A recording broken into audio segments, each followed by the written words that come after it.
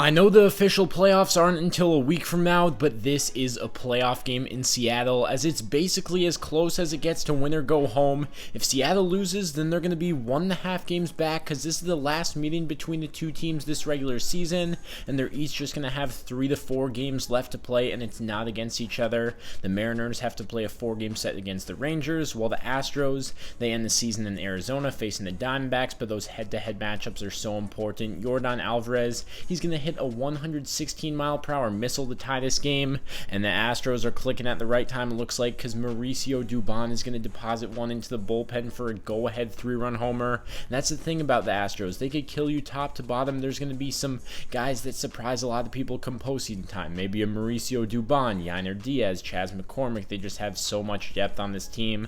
Then as far as this Mariners team, they're relentless too. You know that they get up for the big moments. Eugenio Suarez, a 2-out, 2-run single. And then Hector Neris, look at this. He's going to get a big strikeout of Julio Rodriguez, but this was crazy. He just starts running off the mound, but he starts running towards the Mariners dugout and right at Julio Rodriguez, not anywhere close to the Astros dugout. He basically charges Julio Rodriguez, and then after he says what he wants to say to him and Julio starts walking towards him, Neris, he's escorted a little bit, but he's walking away. It seems like he's waving at Julio, but anyways, that sparked the whole bench's clearing thing. There must be some bad blood or history between these two, because Neris struck out the side. It was an electric inning, but then he just started charging Julio. Basically, Julio, he was not happy about this. He didn't know why he was charging him, so definitely a very interesting situation, a bizarre benches clearing situation at that, because there were no indications to believe why he'd want to charge Julio. Maybe that info will come out later, but anyways, they woke up the Mariners, but it wouldn't matter,